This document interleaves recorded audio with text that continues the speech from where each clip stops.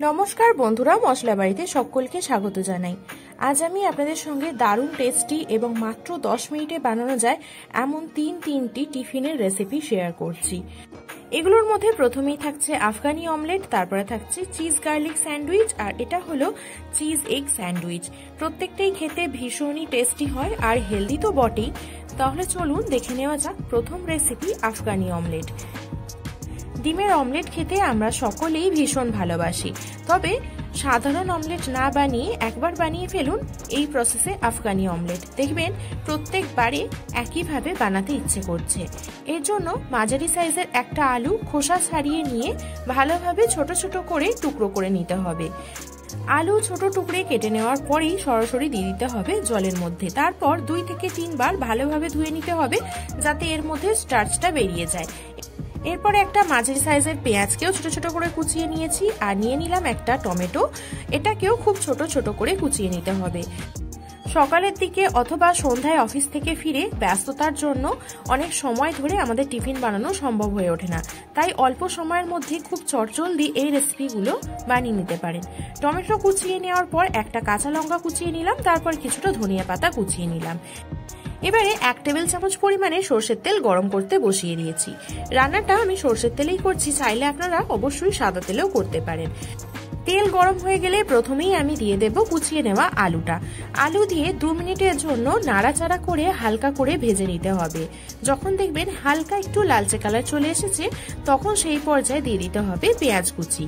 পেঁয়াজ কুচিটা আলুর সাথেই দিলে কিন্তু পেঁয়াজটা আগে থেকে পুড়ে যাবে আর আলু ভালোভাবে ভাজা হবে না, তাই অবশ্যই আলুটা অর্ধেক ভাজা হয়ে যাওয়ার পরেই পেঁয়াজটাকে অ্যাড করতে হবে।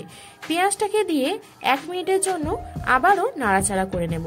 গ্যাসের ফ্লেম এই সময় থাকবে মাঝারি আছে, কারণ ভাজতে ভাজতেই আলুটা যাতে সেদ্ধ হয়ে যায়। এবারে এর মধ্যে দিয়ে দিলাম 1/4 টিস্পুন লবণ। লবণটা অবশ্যই নিজেদের স্বাদ মতো ব্যবহার করবেন। আবারও নাড়াচাড়া করে আলু পেঁয়াজ ভালোভাবে ভাজা ভাজা করে নিতে হবে।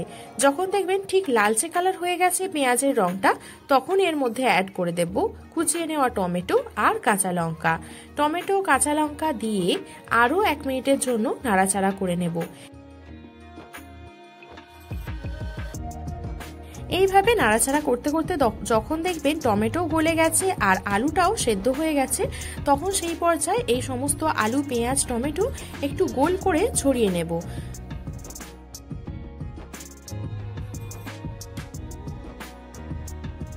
এইভাবে গোল করে একটু ছড়িয়ে নেওয়ার পর এর মধ্যে যেমনভাবে ডিমের পোচ করে, অর্থাৎ কুসুমটা না ভেঙে ঠিক সেইভাবেই এক একটা করে ডিম এই আলু পেঁয়াজের উপরে ছেড়ে দিতে হবে।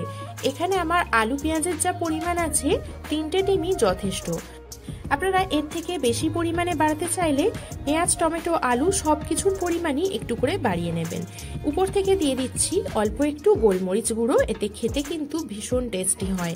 তারপরে দিয়ে দেব আর কিছুই না, যে ধনিয়া পাতাটা কুচিয়ে রেখেছিলাম সেটা উপর থেকে দিয়ে দেব। তারপর গ্যাসের ফ্লেম একদম লোতে করে 1 মিনিটের জন্য ওয়েট করব। ব্যাস, আমাদের অল্প সময় দুর্দান্ত স্বাদের আফগানি অমলেট সার্ভ করার জন্য একদম রেডি। রেসিপিটা আপনারাও আমার মতো করে ট্রাই করতে পারেন, আশা করছি সকলের ভীষণ পছন্দ হবে। এরপর চলুন দ্বিতীয় রেসিপিতে, চিজ গার্লিক স্যান্ডউইচ। এর জন্য সবার প্রথম একটা বাটির মধ্যে আমি 2 চামচ পরিমাণে বাটার নিয়ে নিচ্ছি। যেহেতু শীতকাল, দেখুন বাটারটা একদম জমে গেছে, তাই এটা ব্রেডের উপর লাগাতে ভীষণই প্রবলেম হবে, তাই অল্প একটু বাটিতে হালকা গরম জল নিয়ে নিয়েছি আর তার উপর এই বাটিটা একটু বসিয়ে দিয়েছি। এতে বাটারটা খুব সুন্দরভাবে মেল্ট হয়ে যাবে আর ব্রেডের উপর লাগাতেও কিন্তু সুবিধা হবে। এরপর বাটিটা গরম জল থেকে নামিয়ে নিয়েছি।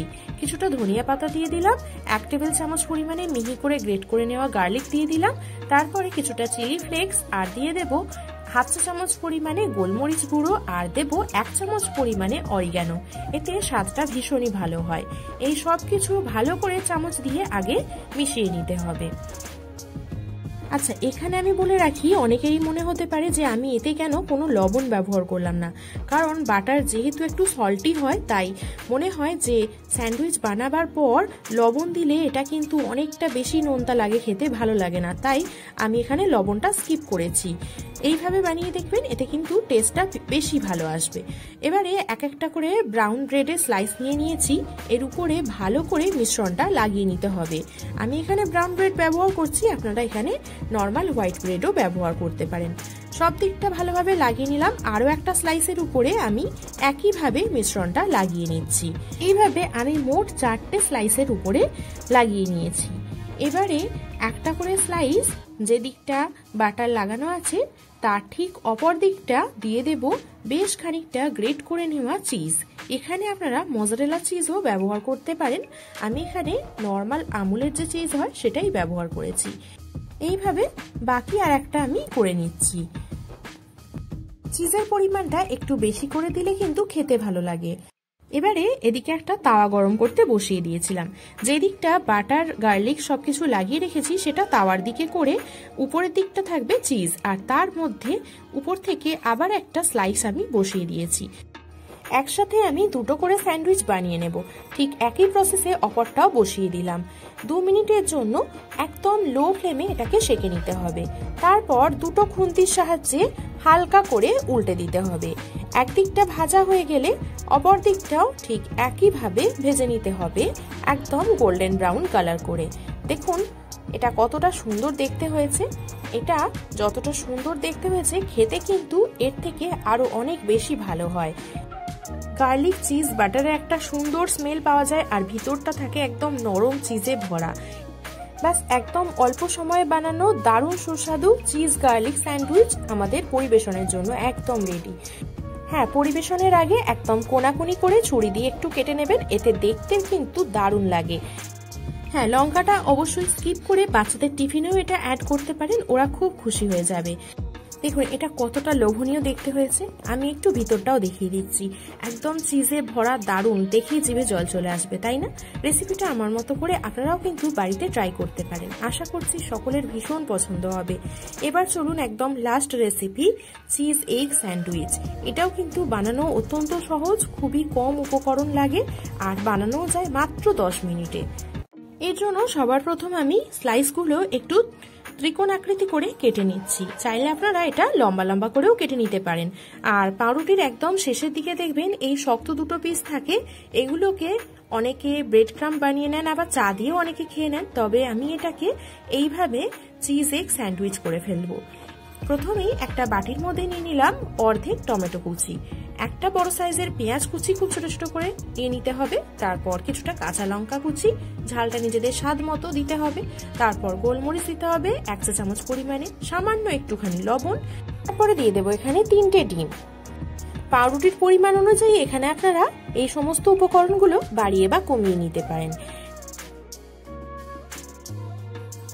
ডিমটাকে এই সমস্ত মশলার সঙ্গে একটু ভালো করে ফেটিয়ে নিতে হবে। এই প্রত্যেকটা রেসিপি না একদম সকালের জন্য বা সন্ধ্যার জন্য পারফেক্ট। খুব অল্প সময় লাগে আর প্রত্যেকটাই ভীষণই মুখরোচক, সবার পছন্দ হবে। ভালো করে পেঁয়াজ টমেটোর সঙ্গে ডিমটাকে ফেটিয়ে নিলাম। এবারে তাওয়ার মধ্যে দিয়ে দিচ্ছি 1 চামচ পরিমাণে তেল, আর তেলের মধ্যে দিয়ে দেব 1 চামচ পরিমাণে বাটার। বাটার সরাসরি তাওয়াতে না দিয়ে এইভাবে তেলের উপরে দেবেন, তাহলে বাটার কিন্তু জ্বলে যাবে না। খুব ভালো করে সবটা চারিদিকে স্প্রেড করে নিতে হবে। এবারে যে ডিমের মিশ্রণটা আমি করে রেখেছিলাম সেটা ঠিক তাওয়ার মিডিলে দিয়ে দেব। এর ফলে তাওয়াটা পুরোটাই ডিমে ভর্তি হয়ে যাবে আর আমাদের স্যান্ডউইচটা বানাতে ভীষণ সুবিধা হবে। এবারে উপর থেকে দিয়ে দিচ্ছি বেশ খানিকটা গ্রেট করে নেওয়া চিজ। এরকম শীতকালে রাস্তার ধারে দোকানগুলোতে ডিম টোস্টের সাথে গরম গরম চা খেতে ভীষণ ভালো লাগে।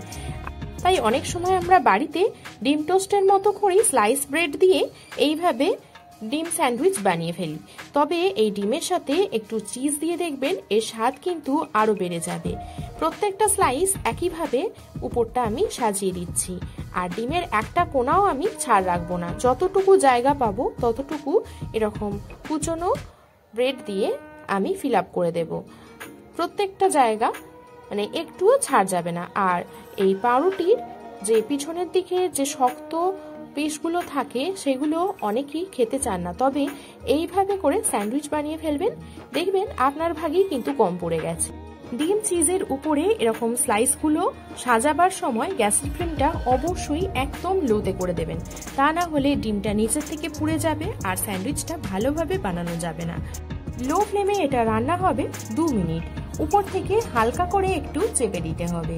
তারপরে একটা ছুরি দিয়ে স্লাইসগুলো যেভাবে সাজানো হয়েছে ঠিক সেইভাবে একটু কেটে দিচ্ছি।